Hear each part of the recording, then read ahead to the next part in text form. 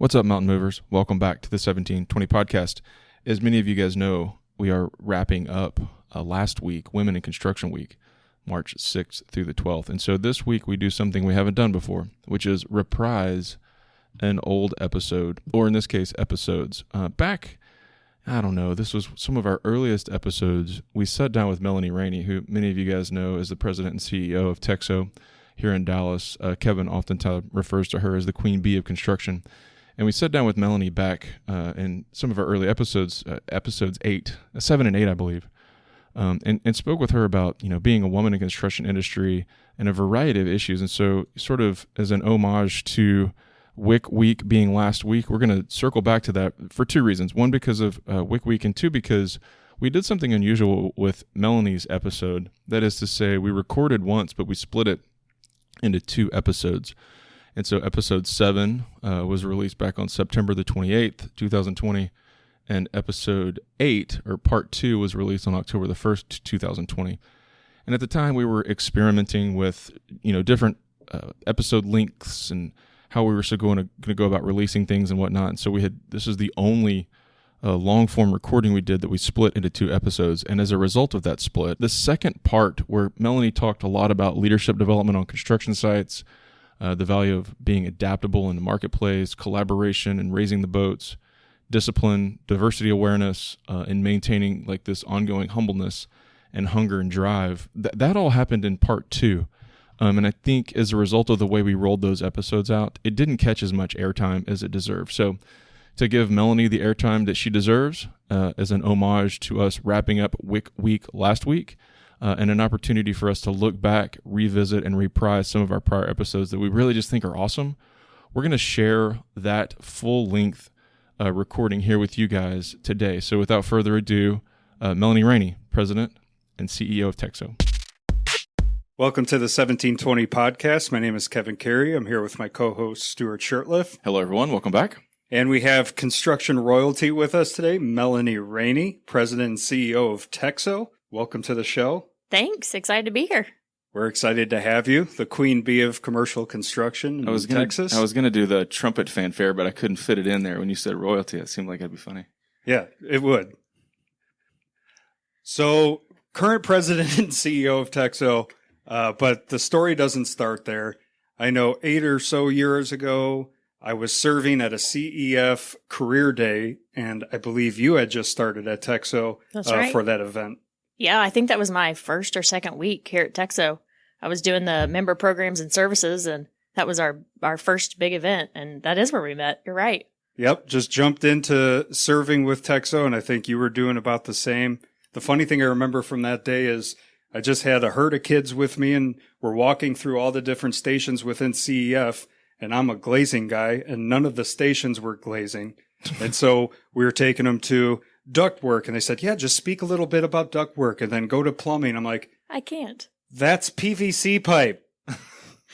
Next, that's ductwork. And the kids were like, I hope I don't have to work for that guy someday. That's hilarious. You know what I remember about that? I had just run my first marathon, and I could barely walk that week. Right after that? Uh-huh. Wow. Yeah. I don't think I knew that. It was very painful. I like how you said first marathon. It was. Have there been subsequent marathons? There was another one. So there's only 2. I've run 0, so there you go. It's a trip. I'm not sure I would recommend it. Right.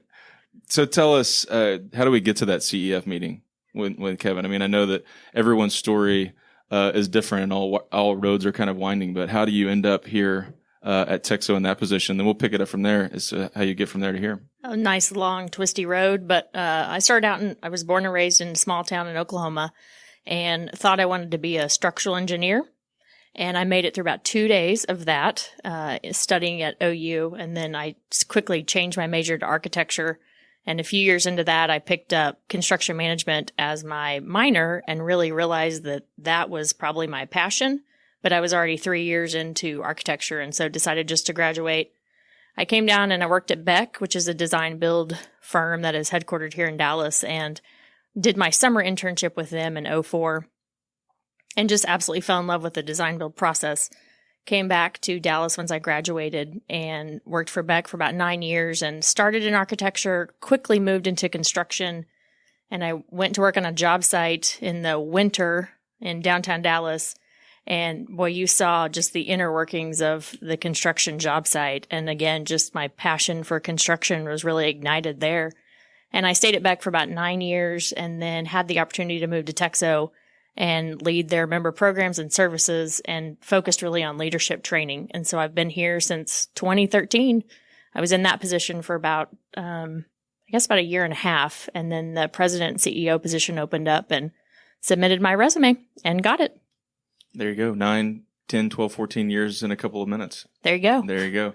Yeah, I think that's probably Kevin and our first interactions with Meloni are probably similar in that I was, I think, chairing the YCC at the time. I think you were. And you were dropped into that group. It was like, this is yours. And I was like, all right, cool. Cause I can't even recall who was helping us at the time.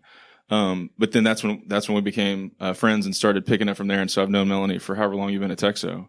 Yeah. It's been how long? 7 years. Man, time is so fast. Should we give the elevator pitch on what TEXO is for listeners that may not know? Yeah, I've often had the thought that we talk a lot about TEXO and the YCC and acronyms, and probably nobody knows what that is. But let's let Meloni give the elevator pitch for TEXO. Sure. So we're the construction association that represents Dallas, Fort Worth, and all of East Texas. And we're a chapter of 2 national associations, the largest construction national associations out there. AGC, Associated General Contractors, and then ABC, Associated Builders and Contractors. So we represent about 230 construction companies and around 100 industry members. So total about 330 companies that TEXO represents in the commercial construction market. And what's the geography on that? So we're the 60 counties in North and East Texas. So we go just a little bit west of Fort Worth, and then we go all the way to the state line in Louisiana and then to the state line in Oklahoma. Gotcha. The other acronym we crush between Kevin and I is the YCC, which obviously is the Young Constructors Council for TEXO. What's your elevator pitch for YCC? It is our emerging professionals group under the age of 35, and they're really the professionals that are emerging, but a lot of them are current leaders also. And so you have to be nominated by your company to be in it. Typically, the CEO nominates you. And we have around 260 of those young professionals representing about 75 companies that are TEXO members. That is spot on. And that's been a group that's near and dear to my heart for a long time. So they're incredible. Yeah, it's a great group. Tell us about, you can kind of tell a lot from people's voices on the mic, right? So clearly Meloni is a woman and in the construction industry. That is changing, but hasn't always been a lot of women in the industry. So let's focus in on that a little bit about what your experience has been being a woman in the industry first, and then how you've seen changes or progression over the 7 years you've been here at TEXO as it relates to women in construction. Yeah, it's definitely an issue that's near and dear to my heart because I think that construction is such an amazing industry that most women never even consider as a career opportunity. I mean, I didn't. Growing up in a really small town in Oklahoma, when you think of construction, you think of hammering or, hammering nails or bending rebar, what you see on the highway. You think of the trades, which is a very critical part of construction, but I never even thought of it as a career for me. And so I think that's, a big misnomer out there that we have to address. But then, I never really even, and this is probably kudos to the way my parents raised me, but I never thought that I couldn't do anything. It never even dawned into my head when I was in college that, architecture, construction is a male-dominated industry, so I shouldn't go there.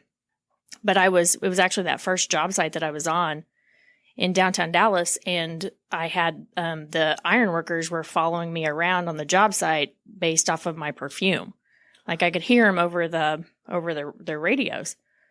And so that was kind of the first moment that it dawned on me that was like, oh, I'm different. Like they're not talking about other dudes in the radio. They're talking about my perfume, which one told me I probably wore too much perfume.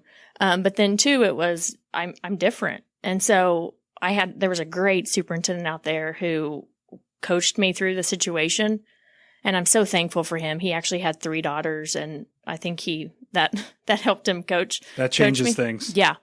But he pretty much was like, just, you need to go stand up to them and don't let them, in a very respectful way. They need to know that that's not okay. And I'm going to be right behind you when you go do it. but you have to go address it.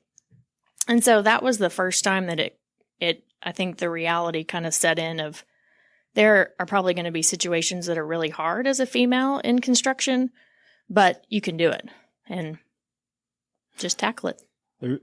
I think talking through the first time we met at CEF, current position, director of membership, and you very quickly jumped into, next step was president of TEXO.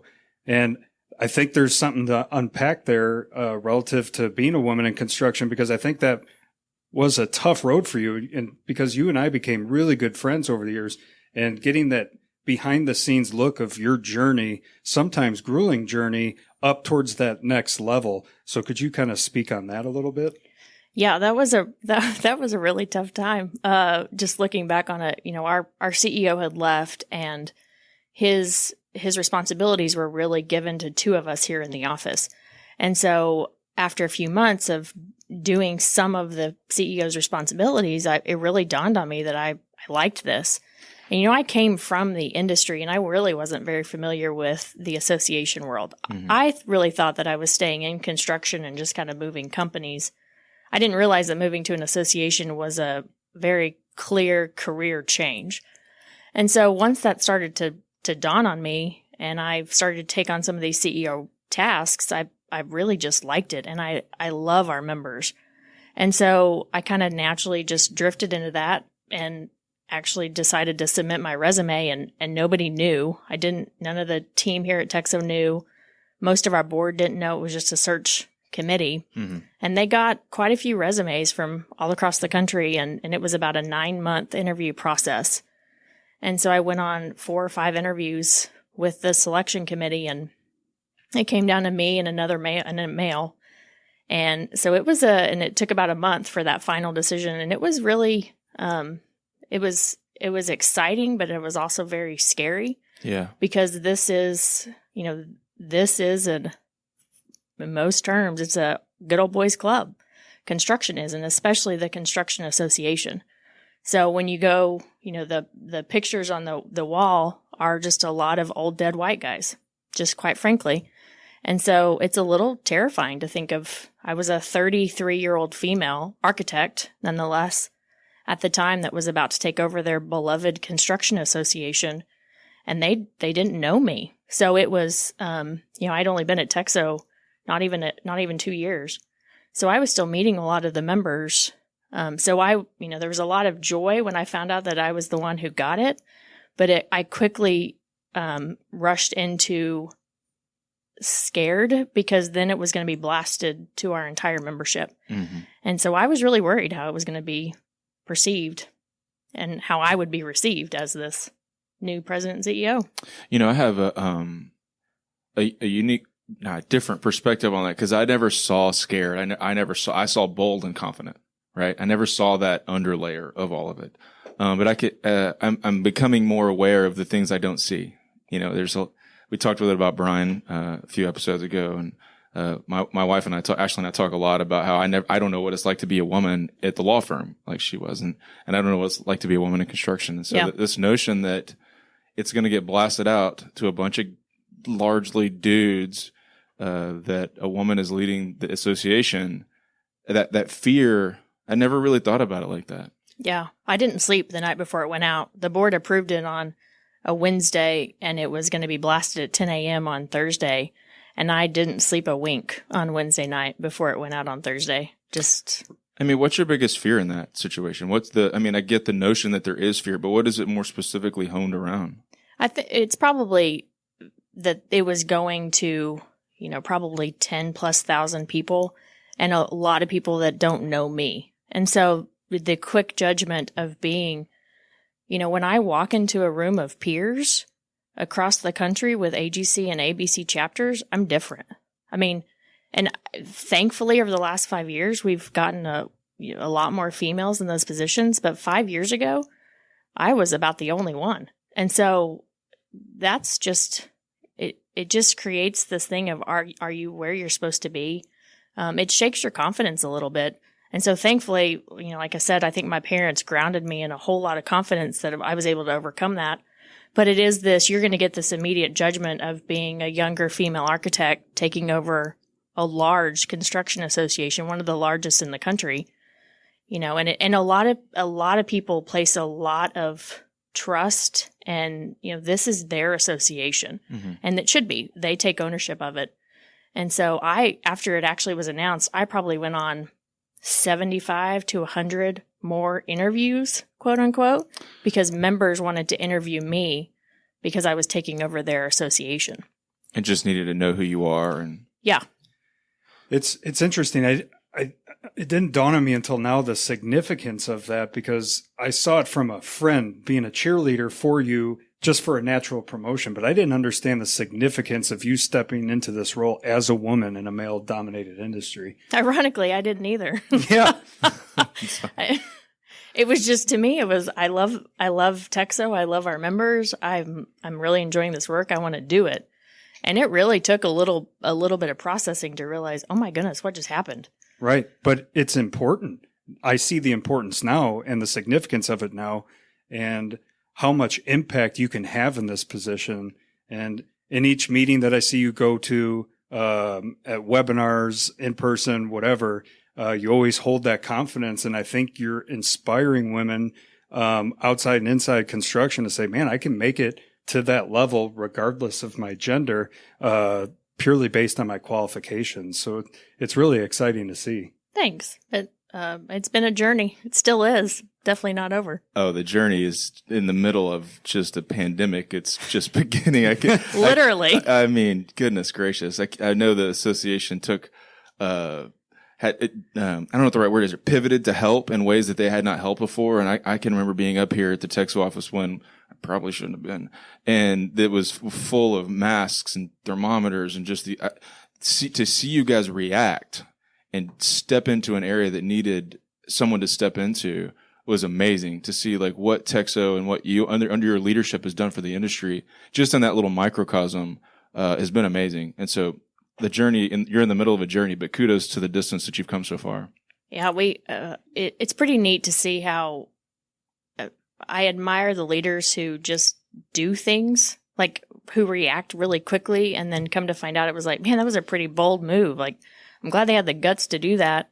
And that's just what our team rallied and did when that moment of, I had a friend who texted me on a Sunday afternoon. She said, hey, I'm ordering touchless thermometers. And it was the day before Dallas County was coming out with this. And I was like, yep, we'll take 2,000. And it, you know, come to find out that was one of the probably best decisions that we could have made, was to order them that day. Right.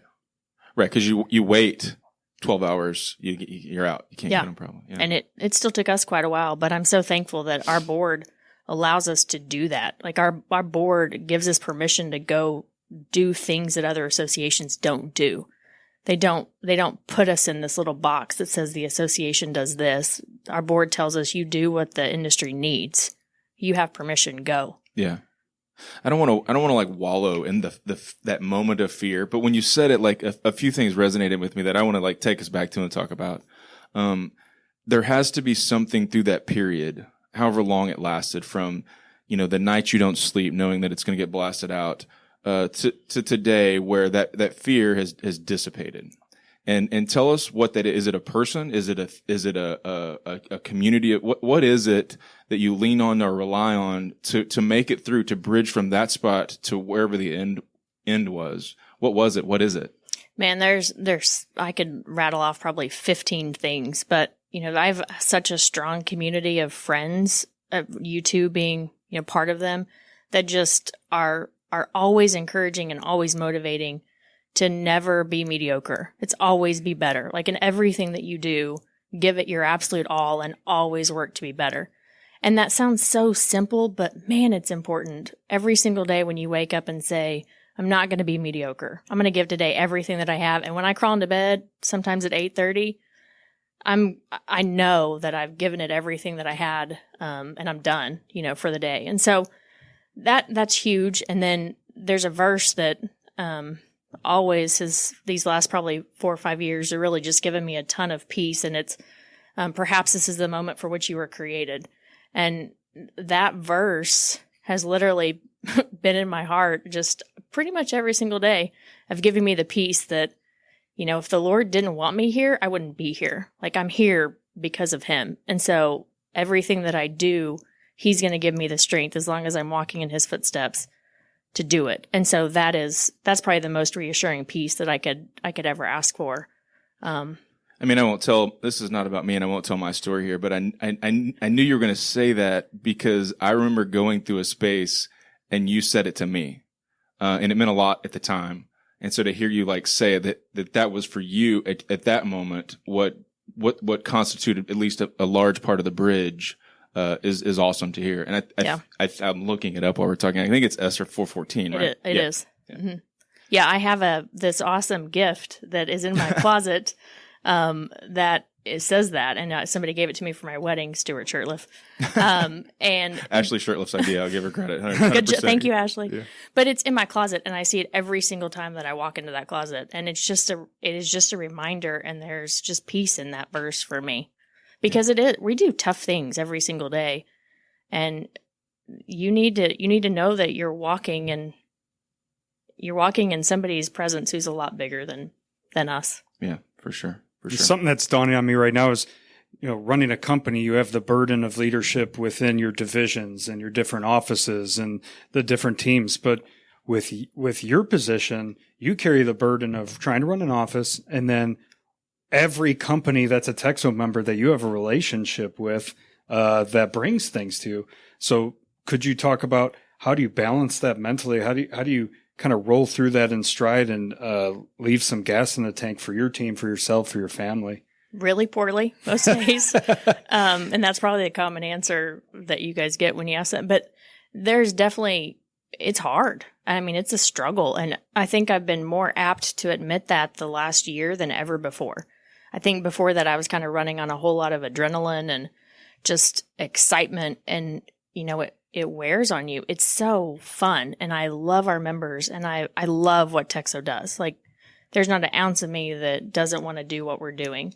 But there's also a ton of balance between making sure that you are taking care of the TEXO team internally, of our members, of myself, of my family. And so there's 4 really big buckets that deserve a lot of attention. And I loved what Matt Fisher said in y'all's podcast about kind of the pull between work and life. And when you feel like you need to be giving both more is probably where you're about to be, or where you need to be.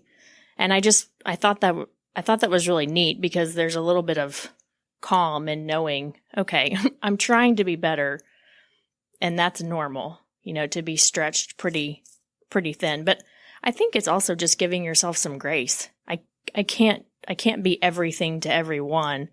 And so what fills me, what gives me, making sure that I'm working out, making sure that I'm, going to the boys' games, and that I'm home to eat dinner with them, but then also meeting with members and taking care of the TEXO team. And so it's just a balance. I don't think there's really anything new there. It's just balance. Well, and it's striking your own balance. You go through seasons where someone or something needs more attention, and being able to be flexible through the balancing process is recognizing that's important. Doing it much more difficult. Much more difficult. Yeah.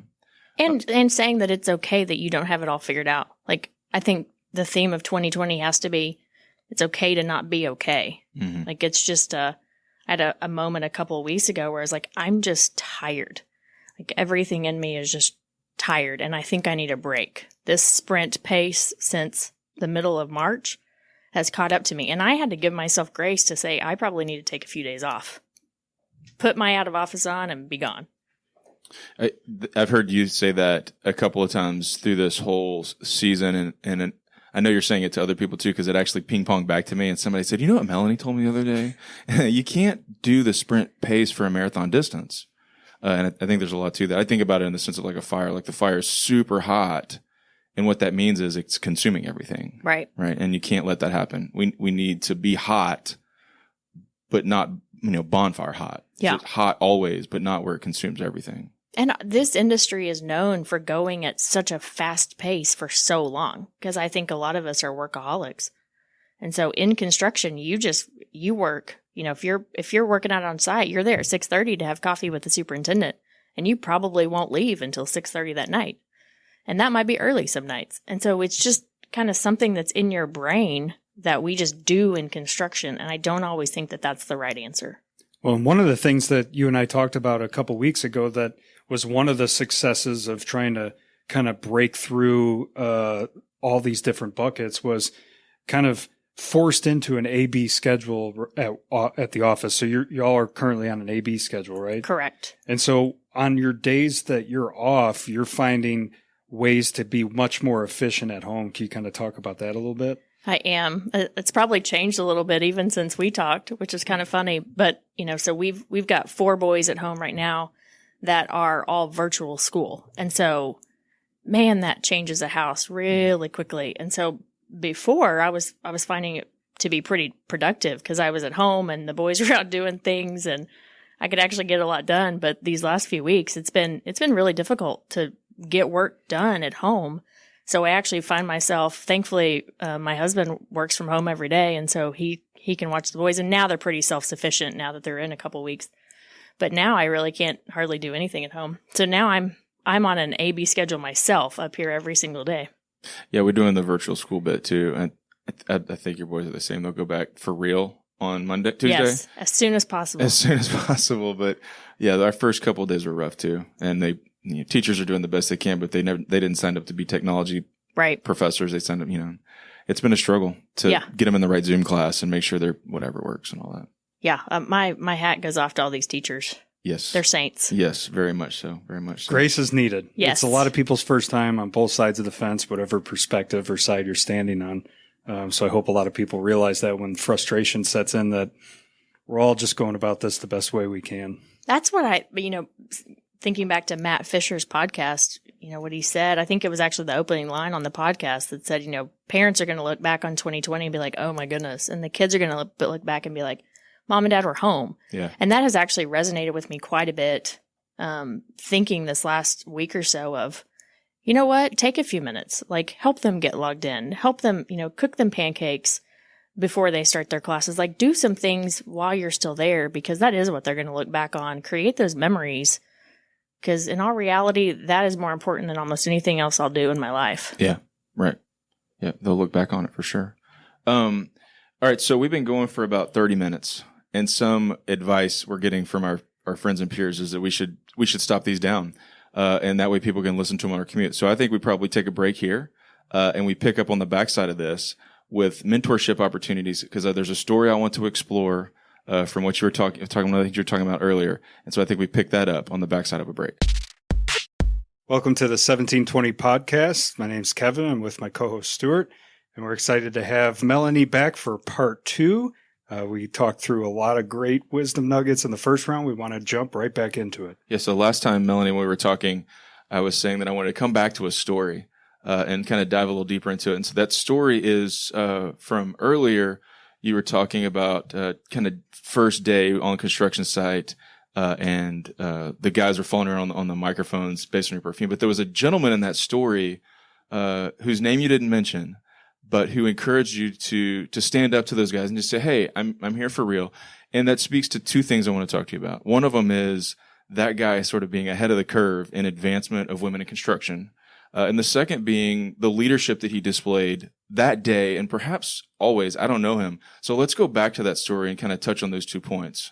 Yeah, there's a couple of things that I left out of that, probably trying to summarize, is one, that I didn't really know him all that well for the first, probably a couple of weeks that I was out there on the job site. And I think I was 24 at the time, fresh out of college. Yes, it took me 6 years. And I really didn't know much about construction, first time on a job site. And so I really just kind of started following him around like a little bit of a lost puppy dog. Mm-hmm. And I wouldn't say that he didn't want anything to do with me, but I was probably a little bit annoying there the first little bit. And then I started showing up a little bit earlier for things, like a concrete pour happens usually pretty early. And I think he just saw that I was there. And so he started actually kind of taking me under his wings and explaining things to me. So I would just notice that he would be staring up at the building, and I would walk over and just ask, like, what are you doing? And he was laying out the schedule for the next 6 months in his head as he looked up there. And so I was just asking him all of these really elementary questions when I look back on it.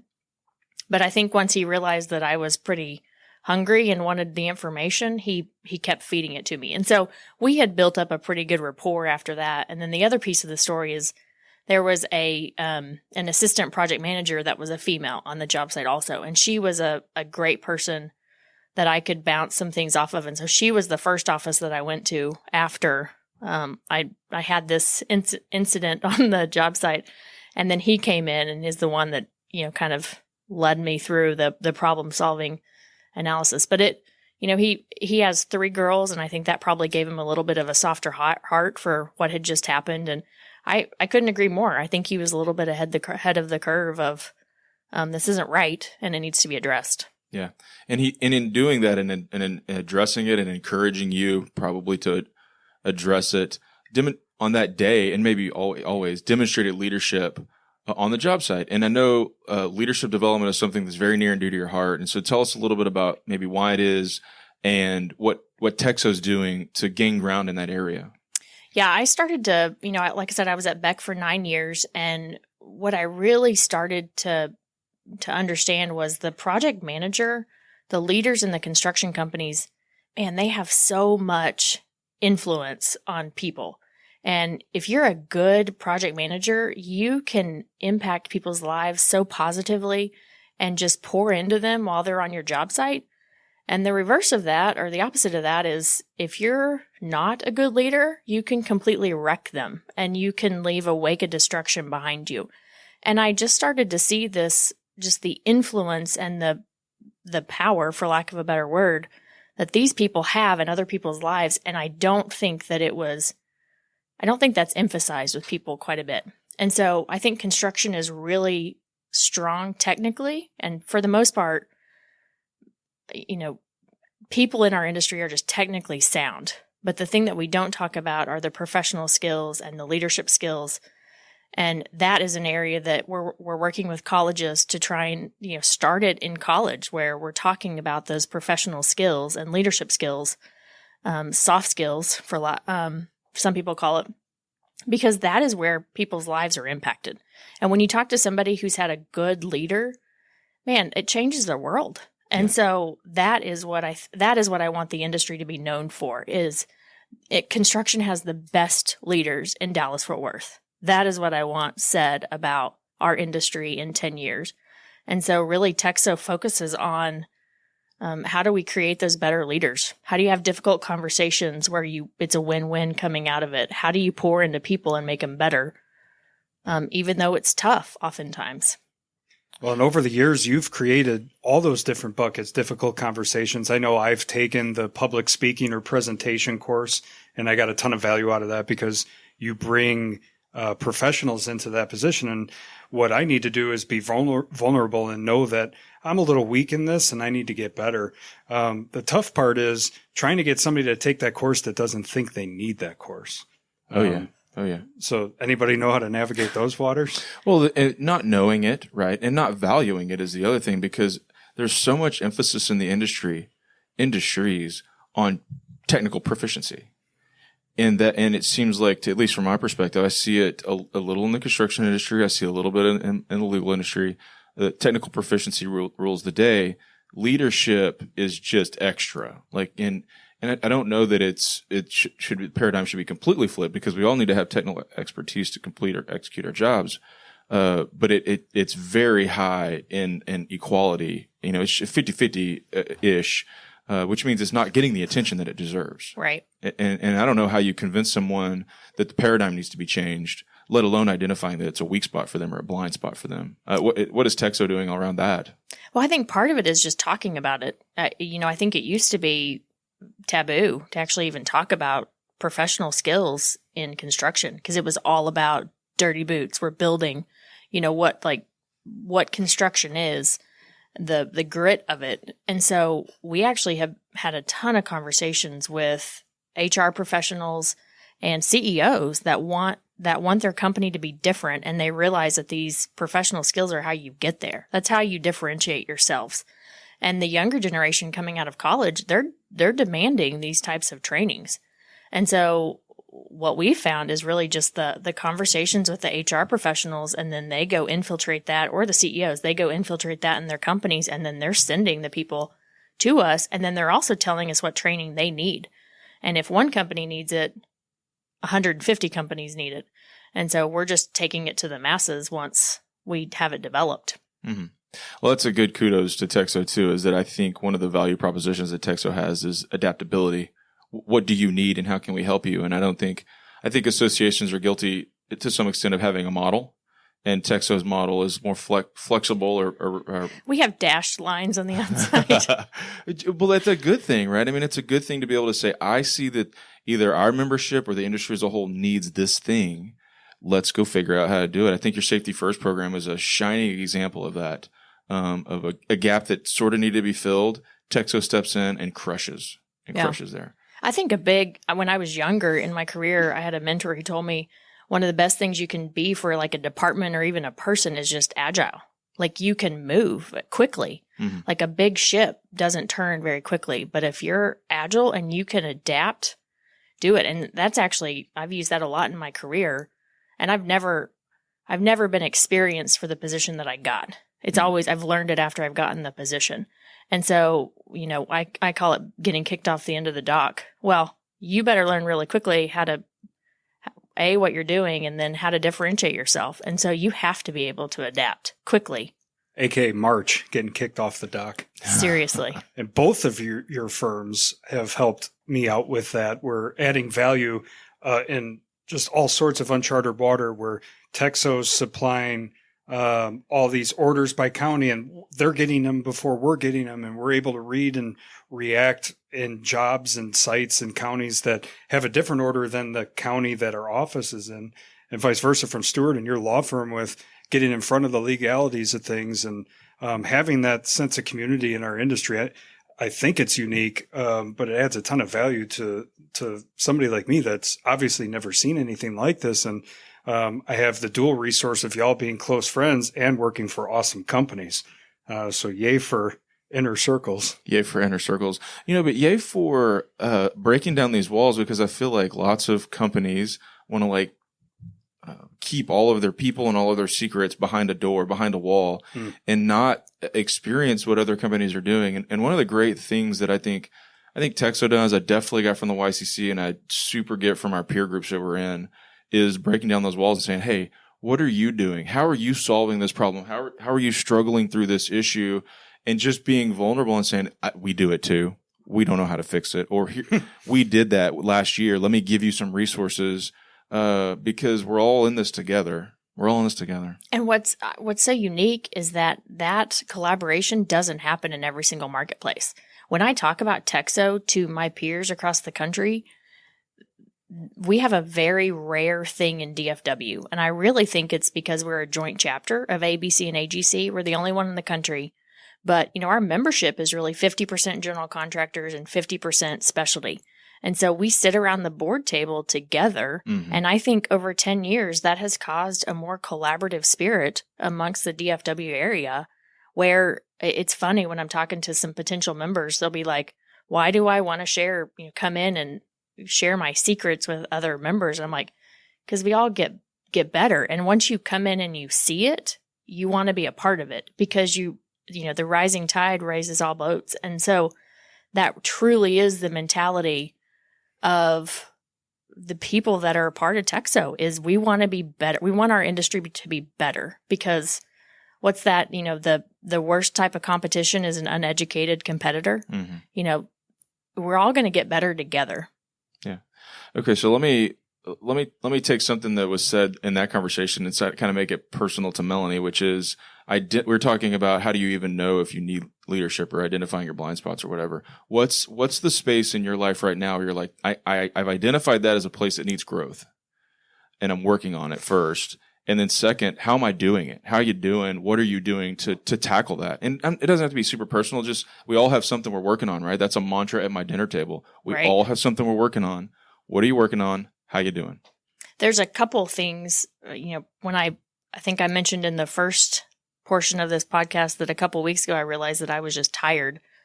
And I realized that I've been giving everything that I have to everybody else, and I haven't been filling up my tank. And, really how I fill up my tank just personally is working out and reading. Those are two things that are near and dear to my heart, and I haven't been doing them. Mm-hmm.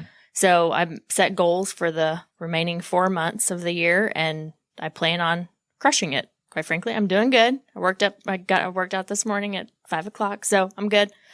But then in the workplace, I am not the best follow-througher. I don't even know how you would say that. Follower through. Follower through, yeah. That's a technical term. It is. I'm a lawyer. Yeah. It's a legalese. Yeah. So I need to get better at that. And my team knows that. My team helps me with that. But I want us to set some processes in place and then actually follow through with them. So I'm great at having a planning meeting, and I'll take the notes and I'll organize the notes, and it will be a week before I send them out. And it's like, why can't I follow through with that quickly and get the notes out to our team for them to continue executing? And they're great. They remember the notes. They keep running despite my fault. So it's just it's having the plan and then following through with that, probably in those processes. Specific to that notes one, I struggled with that in the past. So I take the notes of our strategy meetings and our Monday meetings. And then back when we were in the conference room, I wouldn't leave the conference room until they were finished and sent out. Because if I went about my day and the rest of Monday and the week hit, sometimes it wouldn't be sent out at all. So knowing myself, I was like, all right, I got to have that discipline. Now it's in Zoom meetings, but I'm like, I'm not going to move to that next task until this is sent out. Yeah. I think you have to set those goals for yourself. And now I'm working through, okay, I set my goals for my personal. How am I going to set a goal to actually execute more right now? Discipline is like just everything. It's just everything around this, because you can have a goal, cool story. Unless you have the discipline to do it, you're never going to do it. And there was a lawyer and a friend in my office who, back when offices were a thing, office next door to me. And I was talking with him on the phone the other day. He said this, and this, just throwing this out there in the atmosphere to chat about, but he's like, discipline, you don't have to have discipline always. You have to have discipline at the right times. And he told a story about going home. He used to go home from work. He hit this intersection. He had to take a right to go to the gym or a left to go home. And it didn't matter all day long. He could have all the willpower and say, I'm going to the gym today. I'm going to the gym. It only mattered right there at mile marker, whatever it was. And I've thought about that a lot over the last few weeks, because the only time discipline matters when you're going to the gym is when the alarm goes off at 6:00. You either do it or you don't then. The rest of it doesn't matter. It's either too early or too late. And having the discipline to do it at that moment, I mean, that might be everything. It's kind of to the point of you're taking notes. And discipline isn't a cliff once you fall off it. It's just a step down. So if you miss the gym or start cheating on your diet or whatever the case may be towards your goal, you could get right back towards that discipline. I don't know why we are programmed in that way where once we do fall off, we're like, well, it's gone. That diet's gone. I'm just going to start snacking from here on out. And that happens to me at times. Then I have to recalibrate, especially this year, monthly sometimes, on what I'm going to do next, what goals next. And I think you said it earlier of agility. We have to have agility in this season with a work-life balance, with a lot more people working from home. So discipline is definitely key. But if you fall off, it's not permanent. Yeah. Okay, so I think it's on your desk. I'm almost 100% sure that's sitting on your desk is a sign that says, I think it says, be so good they can't ignore you. Correct. And I know that sits there for a reason. Tell us about that. I guess it's probably become a little bit of my life motto. I read it actually in Megyn Kelly's book several years ago, and I absolutely just loved it, because you have to be technically sound. I think we've already talked about that. And to differentiate yourself, I think you need to be a good leader that's very genuine and authentic. And so to me, it doesn't matter whether you're male or female, or you're 25 or you're 65. Just be so good that they can't ignore you. And everything that you do, give it 110% and shine. That to me it just stands out to me as a motto that keeps pushing me of, I don't want anything because I'm a female. I don't want to be treated differently. I want to be treated differently because I'm good and I give it everything that I have, and our team kills it on things that we do. That's why I want us to be recognized. And so that little sticky note just reminds me of that of, man, give it everything you have. Do you feel like you have to give more as a woman? And then I asked that question because listeners have listened to the podcast previously with Brian. He talks about that as a black man in the construction industry. He feels like I think the story was his mother told him he had to do twice as amount of work for the same result. Yeah. And so do you feel like that speaks to you because you're a woman in construction, or is that absent or devoid of a connection? I think that it does. Ironically, I don't think about it a lot, which maybe I should. I don't know. But I've read that women get promoted off of their performance and men get promoted off of their potential. And that really stuck with me because I have seen that you are, your performance and what you've accomplished as a female comes into play a lot. But as a male, if you can go play golf or you can go hunt and you get along personally with them, it's probably your potential, maybe not necessarily what you've done in the past. And so there's just different bonds that are formed amongst men and amongst women. And so I do think that a lot of men don't necessarily know how to handle a woman in construction. It's sometimes a new thing, which is kind of funny in 2020. It's definitely becoming more common. But yeah, I do think that it's a different dynamic, but quite frankly, I think more about be so good they can't ignore you than I'm a female, I have to give it a different shot. Yeah, I get that. What do you think that needs to be done? I'm going to stick on the women in construction bit for just a minute. What do you think needs to be done? Like, I asked Brian, what does a white dude need to know from a woman in construction? What is it that we're missing? That's a really good question. Again, I probably need to think about these things a little bit more. Part of it is, I think, just acknowledging just the awareness of we want to be included. You know, we want to do things. I've always been a little bit of a tomboy. I mean, I've always been in classes that were all male. Like it's just kind of the way that I have an older brother, and I think that I've just kind of grown up being a little bit of a tomboy.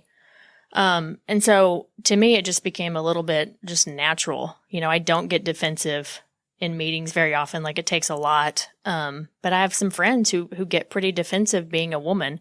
Mm-hmm. And so I think that's a little off-putting that women need to know about. But then for men, I think part of it is just situational awareness of knowing that it is a little different to be the only female sitting around the table. And we have different experiences that we can bring to the table. Mm.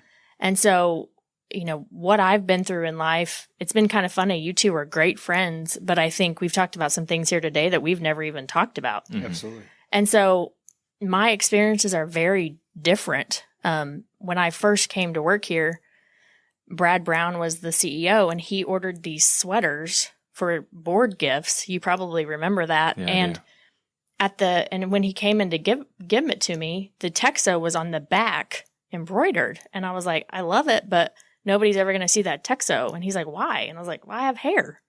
So you're not. And he's like, I never thought about that. Like, and he had, ordered 75 of them. And so he actually said that at the board meeting, I'm going to bring a completely different perspective. As weird of an analogy as that is, it's true. Mm-hmm. That was the first thing in my mind, and he had never thought about it. Right. And so that's when we're sitting around the board table or a committee table, my perspective is just a little bit different. And so to be asked for that or to be appreciated when I share it would just be nice. And I get that, and I love it. And it's one reason I love working with our board is because they do value that opinion. But I know a lot of women would love that. Well, and that's really good. That's a really good takeaway, right? Because at the end of the day, I don't hear you saying, and I don't hear most women in construction or most minorities in construction saying, we want more. We just want the same. I don't want you to listen to me more. I just want you to listen to me. Right? Yeah. It's such a simple thing that somehow we have missed forever. It is funny. And when you think about it, because it sounds pretty simple mm-hmm. to put into place. But I think the biggest thing is just situational awareness of knowing that we almost all have this unconscious bias and being aware of it, and then being disciplined with when you need to stop it. That situational awareness is worth it, because after some time you build that relationship with somebody of the opposite sex, like our relationship, you don't see that bias anymore. You're just a genuine friend and somebody that you're genuinely rooting for. And you get a lot more comfortable together, where we start actually becoming ignorant to that whole problem as a society. I think you're right. Yeah. So let's go ahead and pivot one of our favorite words to the family side of things. So you're that's married. That's a Friends reference. It is. Did you pick that up? Pivot's a friend reference? Yeah. Yes. Pivot. No. They're trying to carry the couch up this. Anyway, all right, pivot. Silicon Valley is where I pulled the pivot from. Yours is much more PG than mine. So family aspect, married now. Yes. And stepmother of 4 boys. Yes. 4 very energetic boys. This is awesome. And you're talking about cooking pancakes, playing football, school starting back up. So having a full family now, how has that impacted or expanded your perspective on your career? Man, it's changed so much. I mean, so Ronnie and I have been married now for about a year and a half, and he has, the 4 boys, and so now they're part of my life, which is so much fun. But before that, I gave work, I think like a lot of people, 16, 17 hours a day. I mean, it was just pretty much all that I did.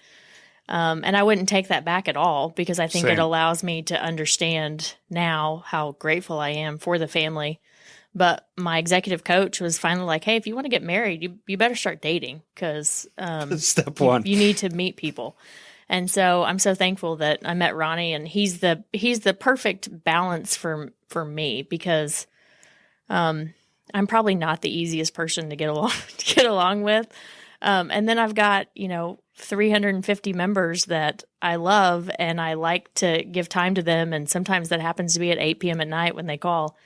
And he's just an awesome supporter that allows me to go do my job really well. And he's just awesome. And so he's got the 4 boys, and they're 10 to 15. So they're in that very energetic stage. And it's just neat to see. Like, I loved my life before, but now my heart is just so different and so full of them. The 5 of them have just brought so much joy to my life, and it gives you a different purpose. I still love what I do at TEXO, but it has given me a completely different purpose of being a stepmom. It rearranges your day. It does. Pre-COVID, going to the office, at least once a month, I'm going to Houston for trips, and I want to see my daughter before she goes to bed. So Right. if I can end that meeting at 3, take the 4-hour drive back north and just tuck her in. I mean, that makes a world of difference. Where pre-child, I didn't have any of that. It was just work. And then pre-marriage, it was absolutely work. So, And I think it makes you a better professional, because you do have that balance that they're re-energizing you and giving you more purpose. absolutely. And I'm starting to be able to throw a killer spiral.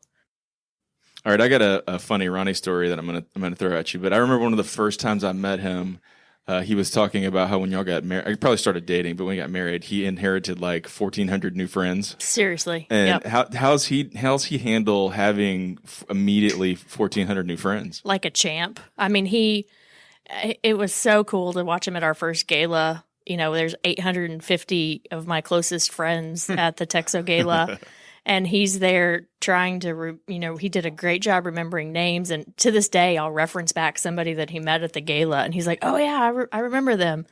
And we went to a dinner with 5 or 6 members, and he was keeping notes on names and kind of things that they liked. And he just totally went into it, and it doesn't hurt that they're just great people. Yeah. And so, they're some of my closest friends, and they've become some of his closest friends.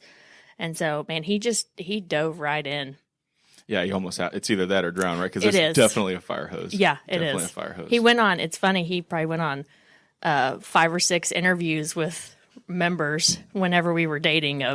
So, what are your intentions with Melanie? Hey, FYI, I have 13 dads, so you're gonna have to meet every single one of them. Yeah. It was interesting, but he did it with grace, like he always does. Yeah, we love Ronnie. Ronnie's awesome. Yeah. So we unpacked a lot these last 2 episodes. We talked through a lot. One what is the lasting ending nugget you want to leave with the audience? Man, I'd say probably the one thing that I just think about daily is the stay hungry and stay humble. You know, if you have breath in your lungs, you have a purpose. And there are things that you are meant to do that day. And so it's not about the destination, it's about how you get there and the people that you impact on your way. And for me, it's one of my daily prayers is let me love people the way that you would love them. And just let me show people you through me, Jesus. And so that is what drives me daily of, you know, go love the world and make a difference with your smile, with your laugh, with your hugs. The world needs more love. As cliche as that sounds, I truly believe it. And people need to know that they are cared for and loved. And so I live every day with the stay hungry to be better, because when you're better, you're going to impact everybody around you. And if you stay humble, I think people are drawn to that. The arrogance, I think, is very off-putting. And so stay humble, and there's always growth to be had. So, you know, I don't think that we ever get to that point to where we don't need to grow anymore. So, man, stay humble and hungry and just live life to the fullest, because each day is a precious gift that we have on this earth. That is true. Meloni, thanks for your time, for your service to the industry, and for hanging out with us a little today. Thank you. I loved it. So there you have it, episodes 1 and 2 with Meloni Raney, where we talk about being a woman in the construction industry, the value of a community, the act of balancing everything, leadership development, discipline, adaptability, situational awareness in diversity situations. And it's just a reminder to me of a couple of things. First, man, some of these original episodes, our audio wasn't good, our intros were rough, but 2, the conversations were great. And so if you guys are just joining us along this journey on the 1720 podcast, I would really encourage you to circle back, endure through some of the technology glitches and awkward intros, because back when we first got going, there were great guests then too, just like there are now. And so through this reprise with Meloni, I think that we're reminded that our industry is great. The people that we've had on the podcast currently and back at the beginning were great guests with lots of information that help us keep doing what we're doing, which is pushing ourselves forward and pushing our industry forward. Hope you enjoyed the reprise, and we will see you guys out there. And in the meantime, y'all keep moving mountains.